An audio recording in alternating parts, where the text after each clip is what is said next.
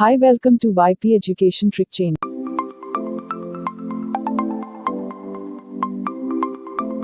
आप चैनल को सब्सक्राइब कर लें और बेल आइकॉन को प्रेस करें।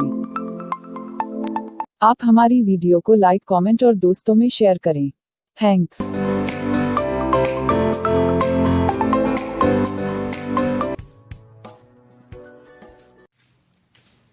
हेलो फ्रेंड्स, स्वागत है आपका वाईपी एजुकेशन ट्रिक चैनल पर। दोस्तों, मेरे इस चैनल पर आपको यूपी बोर्ड का सिलेबस कराया जा रहा है और यूपी बोर्ड के सिलेबस में बेटा क्लास 12 एग्रीकल्चर, क्लास 12 एजी के स्टूडेंटों के लिए है।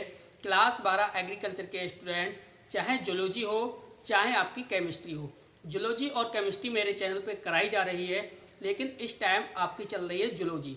बेटा जूलॉजी में हम चैप्टर 16 को लेके आए हैं। चैप्टर 16 का नाम है कोश का विभाजन। कोश का विभाजन को इंग्लिश में बोलते हैं सेल डिवीजन। इतना इम्पोर्टेंट चैप्टर है, बहुत ही ज़्यादा इम्पोर्टेंट चैप्टर है। आपका 6 अंक का जो क्वेश्चन है, लॉन्ग क्वेश्चन है, वो इसी चैप्टर से आपको देखने को मिलेगा। तो 6 अंक का क्वेश्चन आपका इस चैप्टर से देखने को मिलेगा 100%। बेटा अगर आपकी किस्मत ही सही नहीं है तभी पेपर में नहीं आएगा, वरना चाहे फर्स्ट ईयर एजी रहा हो चाहे आपका इंटर एजी रहा हो, हर वर्ष कोश का विभाजन से चैप्टर क्वेश्चन पूछा जाता है। अब समझिए कोश का विभाजन में क्वेश्चन है कौन सा क्वेश्चन पूछा जाता है। तो आपको पता होना चाहिए कि कोश का विभाजन में 2 क्वेश्चन बनते हैं। एक बनता है समसूत्री विभाजन, तो दूसरा बनता है अर्धसूत्री विभाजन, यानी माइटोसिस डिवीजन और म्यूसिस डिवीजन। 2 क्वेश्चन बनते हैं, या तो समसूत्री विभाजन पूछता है या अर्धसूत्री विभाजन पूछता है।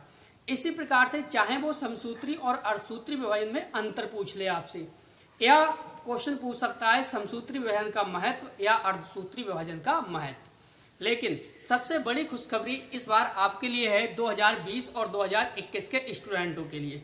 बेटा जो इस टॉपिक की जान था, जो इस टॉपिक की शान था, जिस टॉपिक का नाम है बेटा अर्धसूत्री विभाजन, अर्धसूत्री विभाजन 2020 और 2021 के सिलेबस से बेटा हटा दिया। देखिए 30% सिलेबस कम हुआ कोरोना वायरस महामारी को देखते हुए। बेटा इस बार 2020-21 के लिए क्या हुआ, आपका 30% कोर्स कम हुआ। तो 30% जब कोर्स कम हुआ तो उसमें चला गया अर्धसूत्री विभाजन। उन्होंने साफ साफ कह दिया कि अर्धसूत्री विभाजन से कुछ भी नहीं आएगा। और क्या रह गया कोश का विभाजन में? कोश का विभाजन एक हेडिंग दिखा दी उन्होंने, कोश का विभाजन। तो बेटा इसमें हम पढ़ेंगे समसूत्री विभाजन को। जब अर्धसूत्री हटा दिया तो बचा क्या इसमें? समसूत्री विभाजन। समसूत्री विभाजन पढ़ेंगे, समसूत्री विभाजन का महत्व पढ़ेंगे।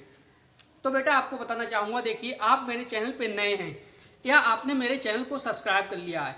अगर आपने मेरे चैनल को सब्सक्राइब कर लिया है तो बेटा आपका बहुत बहुत धन्यवाद। और अगर आपने चैनल को सब्सक्राइब नहीं करा है तो नीचे रेड कलर के सब्सक्राइब बटन पे क्लिक कर लें और बराबर में बेल आइकन की घंटी है उसको भी प्रेस कर लें। इससे क्या होगा कि जब भी मैं वीडियो को अपलोड करूंगा तो उसका नोटिफिकेशन सबसे पहले आपके पास पहुंच जाएगा। ठीक है, तो बेटा बिना किसी देरी के हम करते हैं टॉपिक्स की शुरुआत। तो समझिए, सबसे पहले देखिए बेटा सेकेंड ईयर एजी है जूलॉजी। जूलॉजी को हिंदी में जंतु विज्ञान, ये आपकी जंतु विज्ञान चल रही है। चैप्टर है 16। चैप्टर का नाम है कोश का विभाजन। कोशिका को इंग्लिश में कहते हैं सेल। क्या कहते हैं? सेल। और विभाजन को इंग्लिश में कहते हैं डिवीजन, यानी सेल डिवीजन। आप समझिए कोश का विभाजन, तो सबसे पहले जो हमारी हेडिंग रहेगी बेटा वो रहेगी कोश का विभाजन, क्योंकि सबसे पहले हमें इसी कोश का विभाजन को समझना है कि कोश का विभाजन होता क्या है। तो बेटा समझिए, देखिए कोशिका में उपस्थित कोशिका द्रव, कोशिका में उपस्थित क्या? कोशिका द्रव और केंद्रक। एक सेल होती है, सेल का मतलब कोशिका होती है, और कोशिका में क्या प्रेजेंट होता है? कोशिका में कोशिका द्रव प्रेजेंट होता है और केंद्रक। जो कोशिका द्रव और केंद्रक है इनमें क्या होता है बेटा? आपस में घनिष्ठ संबंध होता है, एकदम मित्रता होती है, घनिष्ठ संबंध होता है। आगे समझिए, कोशिका तथा कोशिका द्रव की वृद्धि। देखिए यहाँ सेल यानी कोशिका और कोशिका द्रव की वृद्धि। जब कोशिका और कोशिका द्रव की में वृद्धि होती है तो वृद्धि होने के कारण क्या होता है? एक स्थिति ऐसी आ जाती है। वो कौन सी स्थिति है? एक स्थिति ऐसी आती है कि जब यह संबंध टूट जाता है, क्या हो जाता है? टूट जाता है। तब मात्र कोशिका, कैसी? मात्र कोशिका यानी मदर सेल, मदर सेल संतत कोशिका में, मात्र कोशिका किसमें? संतत कोशिका में क्या हो जाता है बेटा? विभक्त हो जाती है। जब विभक्त हो जाती है तो इस प्रकार एकमात्र कोशिका से, किससे? एकमात्र कोशिका से, एकमात्र कोशिका से क्या होता है? से संतित कोशिकाओं का, किसका? संतित, डॉटर सेल, संतित कोशिकाओं के निर्माण को कोशिका विभाजन कहते हैं। देखिए, आप क्वेश्चन को समझने की कोशिश कीजिए, आप पॉइंट टू पॉइंट समझने की कोशिश कीजिए, आप लिखने पे और नोट्सों पे ध्यान मत दीजिए। आपको पता है कि आपके व्हाट्सएप ग्रुप में नोट्स सेंड कर दिए जाते हैं, तो नोट्सों की आप टेंशन बिल्कुल ना लें, सिर्फ ओनली टॉपिक्स को समझें। आप 2 से 3 बार वीडियो को देखोगे तो गारंटी लेता हूं कि माइंड में आपके हमेशा हमेशा के लिए बोर्ड एग्जाम तक सेट हो जाएगा। तो टॉपिक्स को पहले समझिए अच्छे से। देखिए, हमारा टॉपिक्स है, हमारी हेडिंग्स है कोशिका विभाजन यानी सेल डिवीजन। तो भाई सेल डिवीजन में क्या देखा हमने कि कोशिका में कोशिका द्रव और केंद्रक, कोशिका द्रव और केंद्रक, इन दोनों का आपस में क्या है बेटा? मित्रता है, घनिष्ठ संबंध है। कोशिका तथा कोशिका द्रव जब इनमें क्या होती है? वृद्धि होने लगती है, तो वृद्धि के कारण एक ऐसी कंडीशन आ जाती है कि ये इनका आपस में संपर्क है वो टूट जाता है। जब ये संबंध टूट जाता है तो टूटने से क्या होता है? मातृ कोशिका यानी मदर सेल संतित कोशिका में विभक्त हो जाता है। किसमें? संतित कोशिका में विभक्त हो जाता है। इस प्रकार एकमात्र कोशिका से संतित कोशिकाओं के निर्माण को कोशिका विभाजन कहते हैं।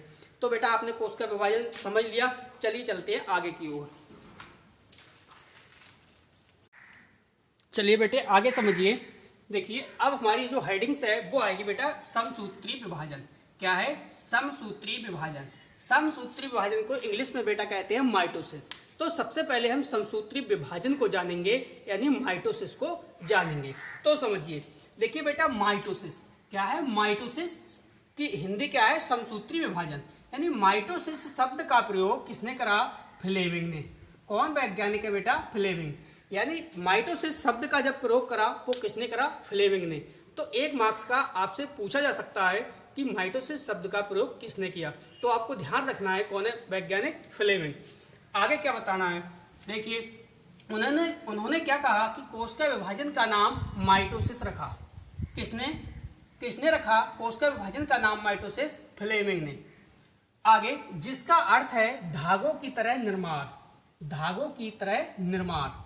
समझिए, इस पॉइंट को समझिए।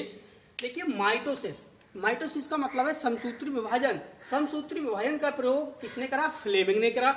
अब उन्होंने कोशिका विभाजन का नाम माइटोसिस रखा। कोशिका यानी सेल डिवीजन है, उसका नाम क्या रखा? माइटोसिस रखा, जिसका अर्थ क्या है? धागों की तरह निर्माण करना, धागों की तरह निर्माण। वास्तव में अगर माइटोसिस का देखा जाए अर्थ, तो बेटा माइटोसिस का वास्तव में अर्थ होता है केंद्रक का विभाजन, न्यूक्लियस का डिवीजन यानी केंद्रक का विभाजन। आगे समझिए, कोशिका विभाजन शरीर की, कोशिका विभाजन शरीर की यानी बॉडी की, कि कौन सी कोशिकाओं में? कायिक कोशिकाओं में होता है। 1 नंबर का पॉइंट आपसे यहां से भी पूछा जा सकता है कि ये बताओ कोशिका विभाजन किन कोशिकाओं में होता है, यानी समसूत्री विभाजन किन कोशिकाओं में होता है? तो आपका आंसर होना चाहिए कायिक कोशिकाओं में। किसमें? कायिक कोशिकाओं में। इस प्रकार के विभाजन में मात्र कोशिका विभाजित होकर, इस प्रकार के विभाजन में मात्र कोशिका विभाजित होकर 2 समान नई संतित कोशिकाएं बनाती है। समसूत्री विभाजन एक निरंतर प्रक्रिया है, यानी समसूत्री विभाजन एक निरंतर प्रक्रिया है, लगातार चलती रहती है, जो कई चरणों एवं अवस्थाओं में पूर्ण होता है। देखिए, एक बात आपको और बता दूं बेटा, मैं ब्लैक व्हाइट बोर्ड पे इस पे लिख इसलिए देता हूं ताकि वीडियो लंबा ना हो। ज्यादा वीडियो लंबा हो जाएगा तो आपको भी देखने में प्रॉब्लम आएगी और मुझे भी अपलोड करने में प्रॉब्लम आती है। तो एक बार जल्दी से रिपीट करिए। देखिए, समसूत्री विभाजन को इंग्लिश में माइटोसिस कहते हैं। माइटोसिस का प्रयोग आपको पता है किसने करा? फ्लेमिंग ने। उन्होंने कोशिका विभाजन का नाम माइटोसिस रखा, जिसका अर्थ क्या होता है? धागों की तरह निर्माण। वास्तव में अगर अर्थ देखा जाए तो माइटोसिस का अर्थ होता है केंद्रक का निर्माण करना। कोशिका विभाजन शरीर की कायिक कोशिकाओं में। पॉइंट यहाँ से पूछा जा सकता है कि ये बताओ आप समसूत्री विभाजन किन कोशिकाओं में होता है, तो आपका आंसर होना चाहिए कायिक कोशिकाओं में। नेक्स्ट, इस प्रकार के विभाजन में मात्र कोशिका विभाजित होकर क्या होती है? 2 समान नई संतित कोशिकाएं बनाती है। नई संतित यानी डॉटर सेल का निर्माण करती है। समसूत्री विभाजन एक निरंतर प्रक्रिया है, ये लगातार चलती रहती है, जो कई चरणों एवं अवस्थाओं में पूर्ण होती है। वो आप स्टेप जानिए किन चरणों में ये पूर्ण होती है। तो सबसे पहले इसके बाद बेटा फर्स्ट चरण आएगा आपका इंटरफेज। क्या आएगा, इंटरफेज। और जब आप इंटरफेज अवस्था पढ़ लोगे तो आपको मिलेगा प्रोफेज। क्या मिलेगा, प्रोफेज। इसके बाद जब प्रोफेज आप पढ़ लोगे तो मिलेगा आपको मेटाफेज। क्या मिलेगा, मेटाफेज। मेटाफेज के बाद आप पढ़ोगे एनाफेज, और एनाफेज के बाद आप पढ़ोगे बेटा टीलोफेज। टीलोफेज के बाद आ जाता है साइटोकाइनेसिस। साइटोकाइनेसिस। साइटोकाइनेसिस के बाद पढ़ोगे समसूत्री विभाजन का महत्व। क्या पढ़ोगे, समसूत्री विभाजन का महत्व। समझिए, ये लॉन्ग क्वेश्चन आपका बेटा यहाँ पे समाप्त होगा साइटोकाइनेसिस पे जाके। ये स्टेप आपको पढ़नी पड़ेंगी। दूसरा टॉपिक से इसमें आ जाएगा हमारा समसूत्री विभाजन का महत्व। चलिए चलते हैं आगे की ओर। हेडिंग बेटा आपकी स्क्रीन पर है, देखिए। नेक्स्ट हेडिंग जो हमारी है वो है इंटरफेज। क्या है, इंटरफेज। और इंटरफेज को बेटा हम हिंदी में कहते हैं विश्रामावस्था। क्या कहते हैं, विश्रामावस्था। और बेटा विश्रामावस्था जो है आपकी इंटरफेज है, ये प्रोफेज से पहले की अवस्था है। तो इसे समझिए आप। देखिए इंटरफेज क्या है, इंटरफेज विश्रामावस्था। हिंदी क्या है, विश्रामावस्था। इसमें आप क्या लिखोगे, इस चीज को समझिए। इंटरफेज विश्रामावस्था क्या होती है। देखिए, समसूत्री विभाजन शुरू होने से पहले, यानी जो आपका समसूत्री विभाजन जो आप पढ़ रहे हो, ये विभाजन शुरू होने से पहले कोशिका विश्रामावस्था में होती है। यानी इसके कहने का मतलब ये है कि जो इंटरफेज अवस्था है, विश्रामावस्था है, ये समसूत्री विभाजन से पहले की अवस्था है। समसूत्री विभाजन शुरू होने से पहले कोशिका विश्रामावस्था में होती है। जो सेल है आपकी, ये कोशिका है, ये सेल है आपकी, ये काय में होती है बेटा, विश्रामावस्था में होती है। इस अवस्था में कोशिका के जलयोजित होने पर, किसके, सेल के जलयोजित होने पर, किस स्टेज में, इस अवस्था में, यानी इंटरफेज में। किसकी बात कर रहा है, इंटरफेज की। इंटरफेज में यानी इस अवस्था में कोशिका के जलयोजित होने के कारण क्रोमोसोम, क्या, क्रोमोसोम यानी गुणसूत्र कैसे दिखाई देते हैं, गुणसूत्र स्पष्ट रूप से दिखाई नहीं पड़ते हैं। जब स्पष्ट रूप से दिखाई नहीं पड़ते हैं तो आगे क्या होता है कि इस अवस्था में, इस स्टेज में केंद्रक जाल केंद्रक द्रव में विसरित रहता है। जो केंद्रक जाल है वो केंद्रक द्रव में क्या रहता है बेटा, विसरित रहता है। परंतु धीरे धीरे यह केंद्रक जाल स्पष्ट होने लगता है। जब केंद्रक जाल स्पष्ट होने लगता है तो आपकी अगली स्टेज आएगी, वो बेटा क्या आएगी, प्रोफेज। क्या आएगी, प्रोफेज। तो चलते हैं नेक्स्ट स्टेप की ओर। हेडिंग देखिए आपकी बेटा, ये है प्रोफेज। क्या है, प्रोफेज। तो प्रोफेज को हिंदी में बोलते हैं पूर्वावस्था। इस पूर्वावस्था के बारे में हम तभी समझेंगे, सबसे पहले हम इसके डायग्राम को समझते हैं, इसके चित्र को समझते हैं। तो देखिए बेटा, सबसे पहले आप इसका क्या बनाओगे, आप इसका बेटा चित्र बनाना है। सबसे पहले हम इसका बनाते हैं चित्र, यानी डायग्राम। ठीक है, जैसे जैसे मैं डायग्राम बनाता चलूं वैसे वैसे बेटा आप भी इसका डायग्राम बना लेना। बात आपकी समझ में आ रही है। देखिए आपको करना क्या है, इस प्रकार से आप बनाओगे। आपको पूरा डायग्राम अच्छे से समझा दिया जाएगा। अभी आप सिर्फ ओनली डायग्राम बनाइए। वीडियो को लाइक नहीं करा बेटा, वीडियो को लाइक करिए और वीडियो को पूरा देखिए। जब आप पूरा वीडियो को देखोगे, कंप्लीट देखोगे बेटा, तभी आपके समझ में आएगा। अन्यथा ये जो टॉपिक है वो आपके समझ में नहीं आने वाला। जब तक आप पूरा नहीं देखोगे तब तक आपकी समझ में नहीं आएगा। आपको बताना है, देखिए अपने दोस्तों को ज्यादा से ज्यादा इस चैनल के बारे में बताइए, क्योंकि आपको बिल्कुल घर बैठे बेटा पूरी जूलॉजी और केमिस्ट्री इंटर एजी की कंप्लीट कराई जा रही है। तो ज्यादा से ज्यादा अपने दोस्तों को बताइए चैनल्स के बारे में, और वीडियो को लाइक करिए, वीडियो को ज्यादा से ज्यादा अपने दोस्तों में शेयर करिए। अब आपको करना क्या है, यहाँ देखिए एक न्यूक्लियस रखना है, केंद्रक रखना है। सबसे पहले देखिए, और एक हाँ तारक केंद्र, इधर ये बेटा बनाना है। इस प्रकार से मैं एक एक चीज आपको क्लियर समझा दूंगा, इस बात की आप टेंशन बिल्कुल भी मत लीजिए।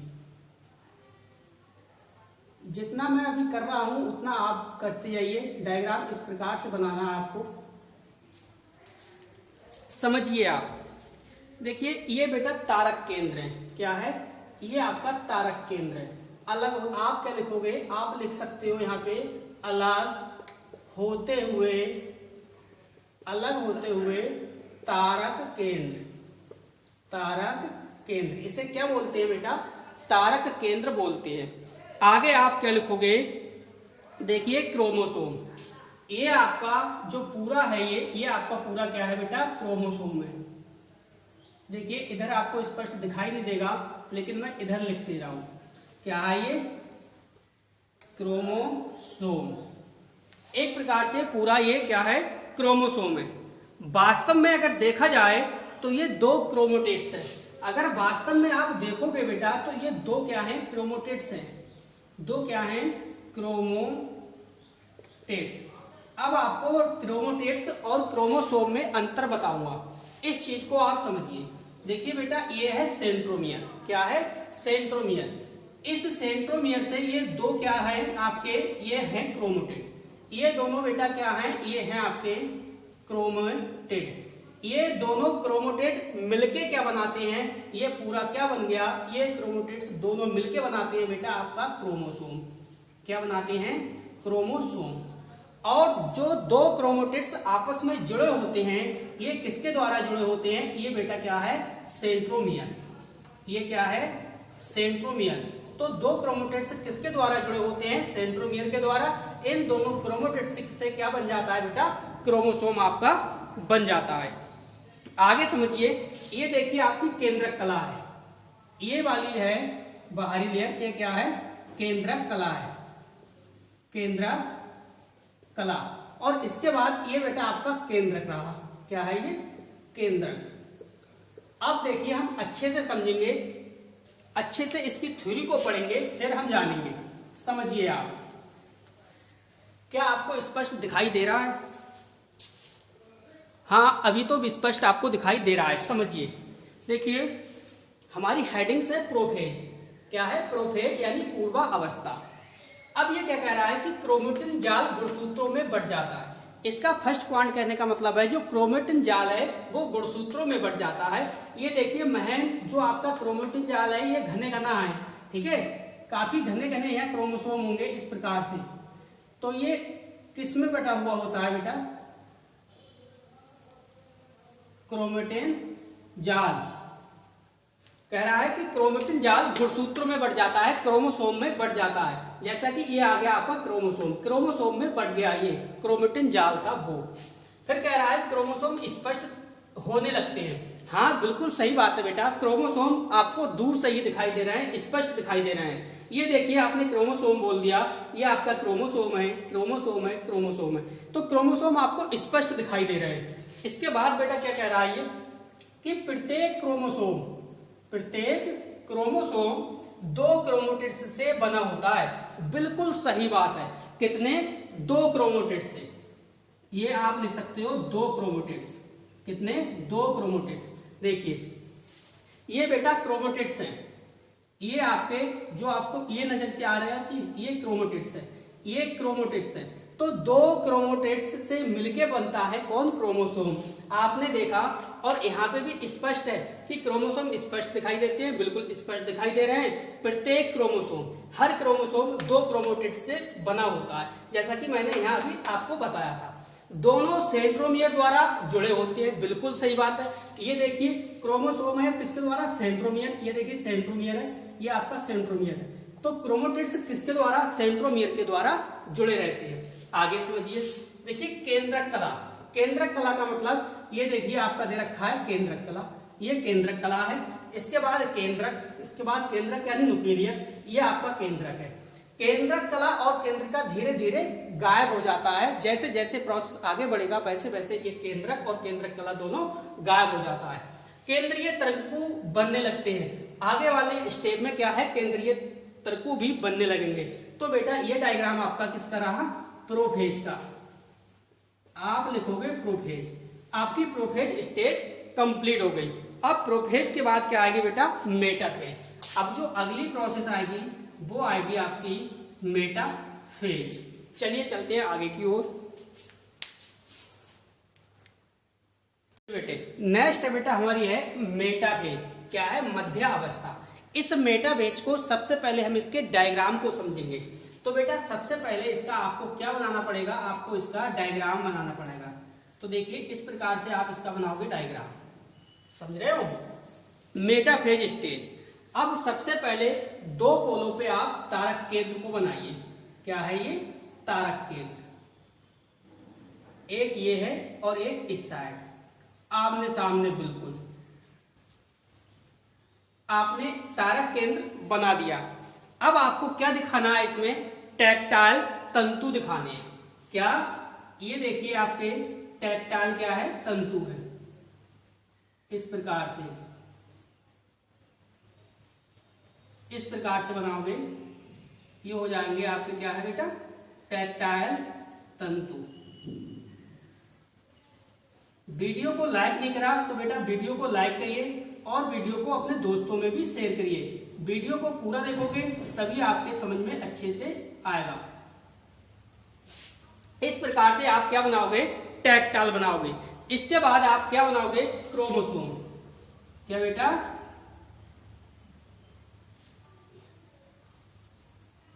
क्रोमोसोम।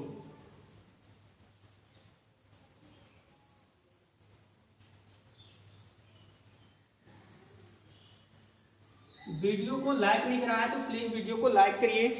वीडियो को ज्यादा से ज्यादा अपने दोस्तों में लाइक शेयर करिए। देखिए थोड़ा सा ऊपर और बना दे रहा हूं, उसे थोड़ा सा नीचे दिखाई नहीं दे रहा।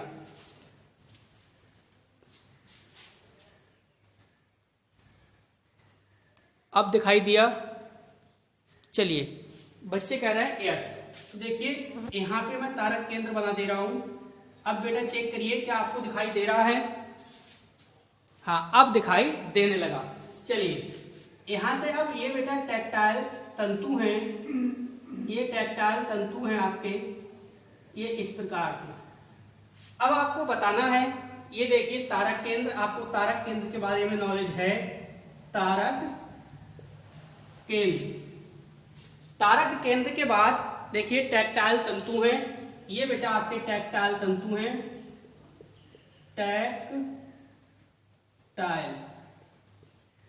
टैक्टाइल तंतु। आपके ये बेटा क्रोमोसोम है। क्या है, क्रोमोसोम, यानी क्या हो गया, ये गुणसूत्र। ये क्या है, क्रोमोसोम है। इसके बाद इस प्रकार से डॉट डॉट डॉट से लगा लेना, इस प्रकार से।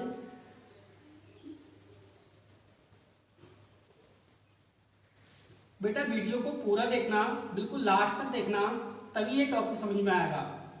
ये टॉपिक बहुत ही ज्यादा इंपॉर्टेंट क्वेश्चन है, बहुत ही ज्यादा इंपॉर्टेंट है। अब आप पॉइंट टू पॉइंट बेटा समझना। ये आपका डायग्राम बनके तैयार हो गया, किसका, मेटाफेज का।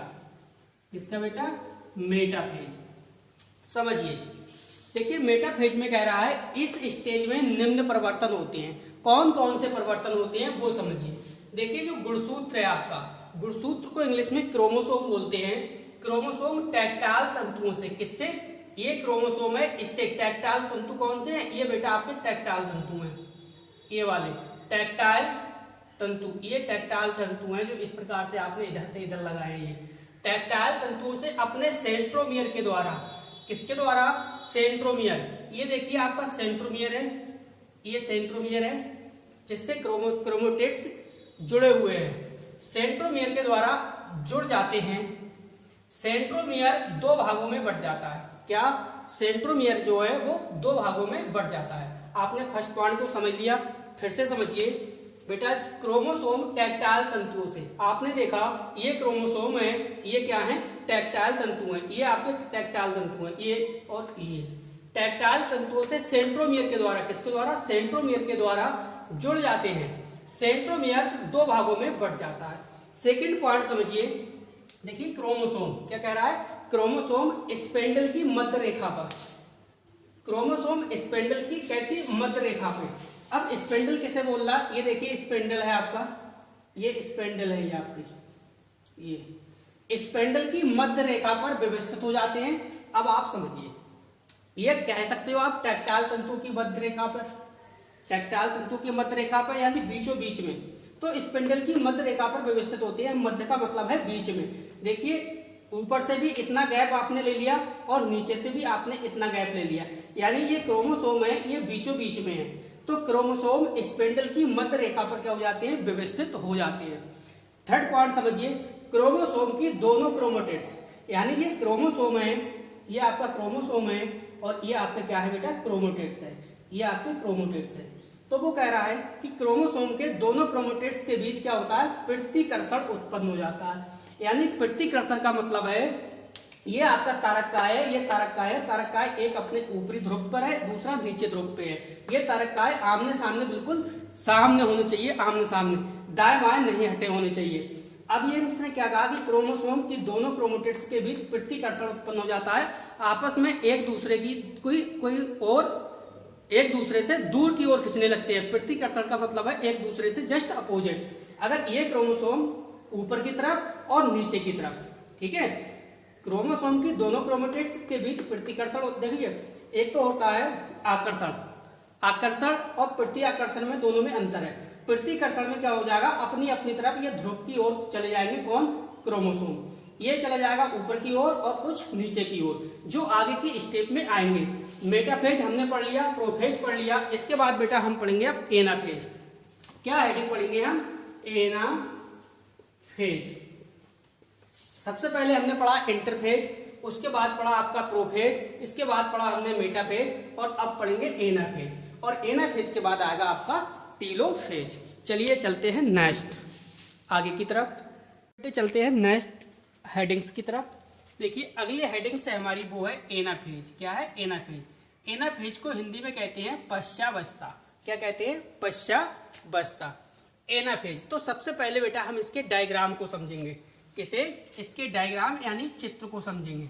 तो सबसे पहले आप इसका चित्र बनाओगे। देखिए जहां तक मैंने चित्र को बनाया वहां तक आपको दिखाई दे रहा है, चलिए वहां तक आपको दिखाई दे रहा है। फिर आपको इस तरह से बनाना है बेटा, इसे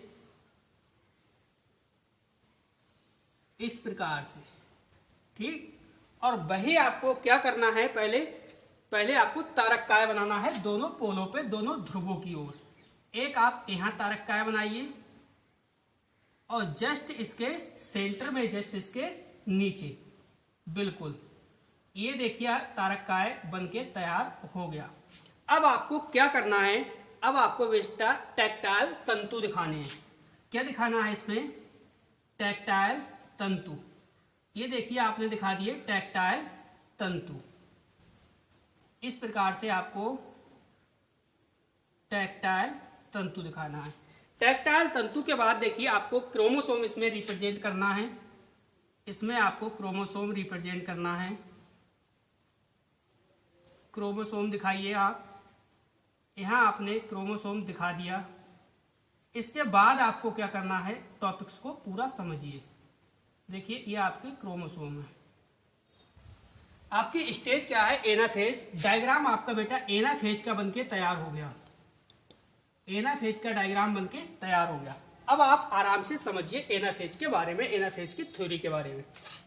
देखिए एनाफेज, एनाफेज को हिंदी है पश्चावस्था। इस स्टेज में निम्न परिवर्तन होते हैं बेटा। कौन कौन से परिवर्तन होते हैं स्टेज में, वो समझिए। पहले फर्स्ट पॉइंट हम समझेंगे कि प्रत्येक क्रोमोसोम के दोनों क्रोमोटेट्स, यानी जो क्रोमोसोम है उसके दोनों क्रोमोटेट्स, क्रोमोसोम और क्रोमोटेट्स का मतलब समझ गए। देखिए ये आपका सेंट्रोमियर है, ठीक है, और ये आपके क्या है बेटा, ये आपके क्रोमोटेट्स है।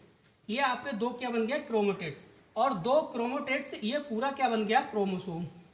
पूरा क्या बन के तैयार हो गया, क्रोमोसोम, और ये दो क्या हो गए, क्रोमोटेट्स। तो क्रोमोटेट्स और क्रोमोसोम में अंतर तो आप जान गए।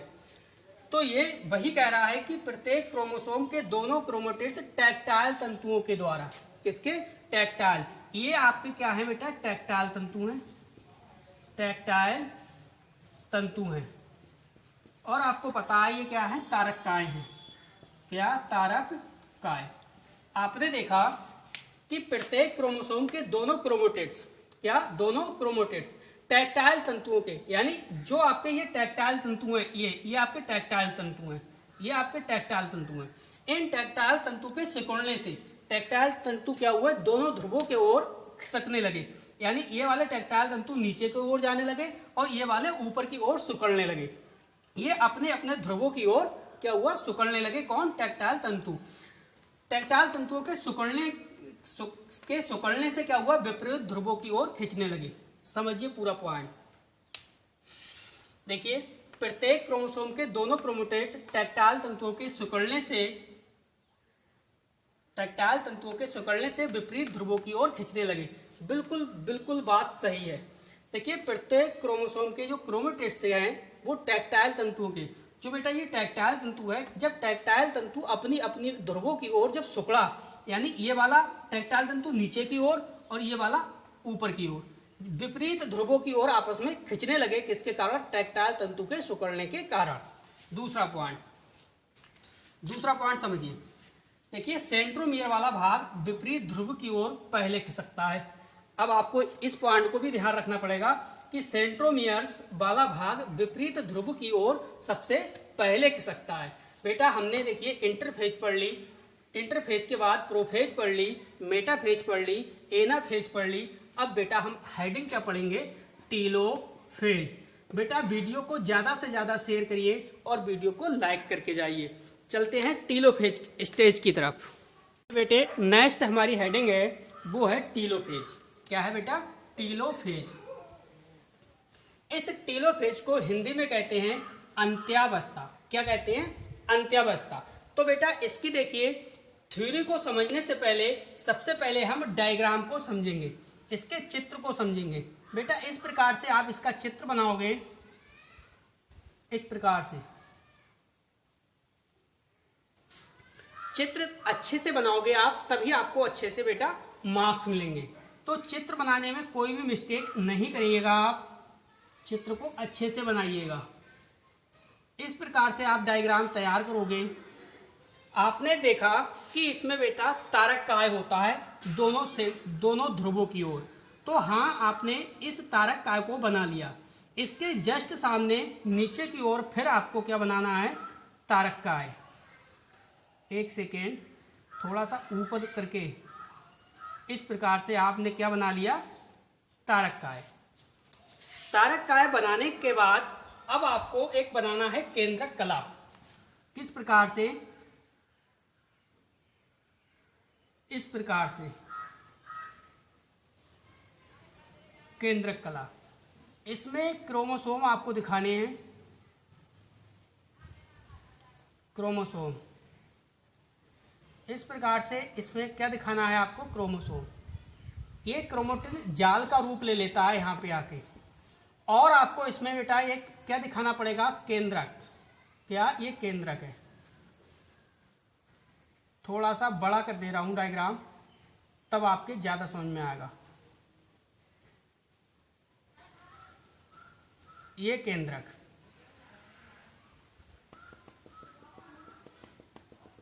वीडियो को लाइक नहीं करा बेटा, वीडियो को लाइक करिए। अब आप अच्छे से समझने की कोशिश करिए। देखिए हेडिंग से टीलोफेज अंत्यावस्था। फर्स्ट पॉइंट है कि क्रोमोटिड्स के विपरीत, देखिए क्रोमोटिड्स के विपरीत ध्रुवों पर, क्रोमोटिड्स के विपरीत ध्रुवों पर, विपरीत ध्रुव कौन से हैं, एक ध्रुव आपका ये है और दूसरा ध्रुव ये है। विपरीत ध्रुवों पर एकत्र हो जाने पर, क्या, एकत्र हो जाने पर यह पतले कौमा लंबे एवं कुंडले होकर क्रोमोटिन जाल बना लेते हैं। अब आपने देखा कि जो क्रोमोटिड्स हैं वो विपरीत ध्रुवों पर इकट्ठे होकर, ये देखिए ये इस ध्रुव पे ऊपर की ओर इकट्ठे हो गए और ये नीचे की ओर यहाँ पे इकट्ठे हो गए। ये क्रोमोटिड्स कैसे दिखाई देते हैं बेटा, पतले। आपने देखा ये देखिए पतले, बिल्कुल इस प्रकार से दिखाई देते हैं, ये पतले कौमा लंबे कौमा कुंडलित रूप में। कैसे, कुंडलित रूप में, जिग जैग जैसी संरचना, कुंडलित होकर क्रोमोटिन जाल बना लेते हैं। जैसे ये क्रोमोटिन जाल बना लिया। सेकंड पॉइंट, केंद्रक कला तथा केंद्रक पुनः प्रकट हो जाते हैं। आपने देखा, ये देखिए बेटा केंद्रक कला, ये आपकी क्या है, केंद्रक कला। ये केंद्रक कला कौन सी स्टेज में, ये डायग्राम किसका है, टीलोफेज का। टीलोफेज में बेटा केंद्रक कला पुनः वापस आ गई, और ये केंद्रक कला प्रोफेज जब आपने पढ़ी थी तब केंद्रक कला धीरे धीरे गायब हुई थी, कहाँ पे, प्रोफेज स्टेज में। लेकिन टीलोफेज स्टेज में केंद्रक कला पुनः वापस आ गई, और इसके बाद इसमें बेटा केंद्रक भी आ गया। क्या यहाँ पे केंद्रक भी दिखाई देने लगा। देखिए केंद्रक कला तथा केंद्रक पुनः प्रकट हो जाते हैं, बिल्कुल सही बात है। आगे है तरकु स्पिंडल गायब हो जाता है। तरकु स्पिंडल बिल्कुल गायब हो जाता है, जो इस प्रकार से आप टैक्टाइल बोलते थे जैसे तरकु स्पिंडल, वो चीज इसमें क्या है, वो अब गायब हो गई। तो इस प्रकार से देखिए आपने टीलोफेज को समझा। एक बार फिर से रिवाज करा देता हूँ। क्रोमोटिड्स के विपरीत ध्रुवों पर एकत्रित हो जाने पर यह पतले, लंबे एवं कुंडलित होकर क्रोमोटिड्स जाल बना लेते हैं। सेकंड पॉइंट है केंद्रक कला तथा केंद्र का पुनः प्रकट हो जाते हैं, बिल्कुल सही बात है। नेक्स्ट है तरकु स्पिंडल गायब हो जाते हैं। देखिए चलते हैं नेक्स्ट हेडिंग्स की तरफ। अगली हेडिंग्स है हमारी बेटा, वो है साइटोकाइनेसिस। नेक्स्ट हेडिंग है हमारी, वो है देखिए साइटोकाइनेसिस। क्या है, साइटोकाइनेसिस, कोश का द्रव्य विभाजन। ये लॉन्ग क्वेश्चन की बेटा लास्ट हेडिंग है। इसी हेडिंग पे हमारी जो ये क्वेश्चन है, लॉन्ग क्वेश्चन 6 अंक का समसूत्री विभाजन, ये आपका कंप्लीट हो जाएगा। तो इसे समझिए साइटोकाइनेसिस, कोश का द्रव्य विभाजन। तो सबसे पहले बेटा इसका डायग्राम को समझिए। इसके डायग्राम को समझिए। इस प्रकार से कुछ आप डायग्राम बनाओगे इसका, इस प्रकार से डायग्राम आपको बनाना है, इस प्रकार से, ठीक है। इस प्रकार से आप इसके डायग्राम को बना देना।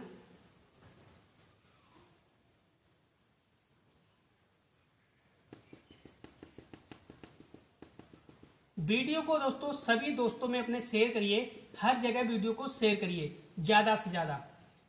2 पुत्री कोशिकाएं, 2 डॉटर सेल। क्या, 2 पुत्री कोशिकाएं, 2 डॉटर सेल। समझिए बेटा साइटोकाइनेसिस को समझिए, कोश का द्रव्य विभाजन। देखिए केंद्रक विभाजन के पश्चात, जब केंद्रक का विभाजन होता है तब, उसके पश्चात, केंद्रक विभाजन के पश्चात कोश का द्रव्य का विभाजन होता है।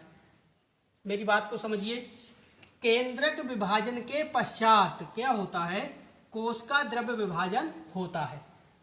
प्लांट सेल, क्या, पादप कोशिका, पादप कोशिका का कोश का द्रव्य, सेल प्लेट, क्या, सेल प्लेट द्वारा तथा जंतु कोशिका का कोश का द्रव्य खाच विधि द्वारा बढ़ता है। कोश का खाच विधि द्वारा बढ़ता है। इसके फलस्वरूप 2 पुत्री कोशिकाएं बन जाती हैं। जैसा कि आपने डायग्राम में देखा, 2 पुत्री कोशिकाएं बनके तैयार हो गई। फिर से रिवाइज कराता हूं। केंद्रक विभाजन के पश्चात बेटा क्या होता है, कोश का द्रव्य का विभाजन होता है। प्लांट सेल का होता है कोश का द्रव्य, प्लांट सेल का कोश का द्रव्य, और प्लांट सेल का कोश का द्रव्य प्लांट सेल द्वारा तथा जंतु कोशिका का कोश का द्रव्य खाच विधि द्वारा बढ़ता है। इसके फलस्वरूप 2 पुत्री कोशिकाएं बन जाती हैं, जैसे कि 2 डॉटर सेल आपकी बनके तैयार हो गई। तो बेटा ये क्वेश्चन आपका कंप्लीट होता है समसूत्री विभाजन। अब जो अगला टॉपिक होगा वो होगा समसूत्री विभाजन का महत्व, क्योंकि बेटा 4 नंबर में आपसे समसूत्री विभाजन का महत्व भी पूछा जा सकता है। चलिए अगली वीडियो में, चलिए देखिए कुछ बच्चे कह रहे हैं सर अगली वीडियो में नहीं इसी में करा दीजिए। चलिए मैं कोश का विभाजन का महत्व आपका इसी वीडियो में कंप्लीट करा दूंगा। चलिए आगे की ओर फिर बेटा ये समझिए आप कोश का विभाजन, समसूत्री विभाजन का महत्व। ये 4 नंबर में आपसे क्वेश्चन पूछा जा सकता है कि समसूत्री विभाजन के महत्व को समझाइए। तो बेटा समझिए, देखिए हेडिंग से हमारी समसूत्री विभाजन का महत्व, 4 अंक का क्वेश्चन है। समझिए, समसूत्री विभाजन द्वारा एकमात्र कोशिका से, किससे, समसूत्री विभाजन द्वारा एकमात्र कोशिका से 2 समान संतत कोशिकाओं का निर्माण होता है। कितनी, 2 का। फिर से समझिए, समसूत्री विभाजन के द्वारा एकमात्र कोशिका से 2 समान संतत कोशिकाओं का निर्माण होता है। इस विभाजन के फलस्वरूप निर्मित सभी संतत कोशिकाओं में क्रोमोसोम की संख्या है वो समान रहती है, गुणसूत्र की संख्या समान रहती है। यह विभाजन सभी सजीवों में वृद्धि का आधार है। सभी सजीव हैं उनमें क्या है, वृद्धि का आधार है। सजीवों में घाव को भरना, जो घाव होते हैं उन्हें भरना, एवं अंगों का पुनरुद्भवन इसी विभाजन के परिणाम स्वरूप संभव है। ये बेटा कोशिका समसूत्री विभाजन का महत्व है, तो अच्छे से इसे लर्न कर लीजिए। आपको बताना चाहूँगा, देखिए मेरे चैनल पे आपको जूलॉजी और chemistry complete notes complete video मिलेंगे। आप मेरे व्हाट्सएप नंबर पे संपर्क कर सकते हैं। व्हाट्सएप नंबर है 8650415957। ठीक है, तो बेटा ये वीडियो देखने के लिए आपका बहुत बहुत धन्यवाद। आपका दिन शुभ हो।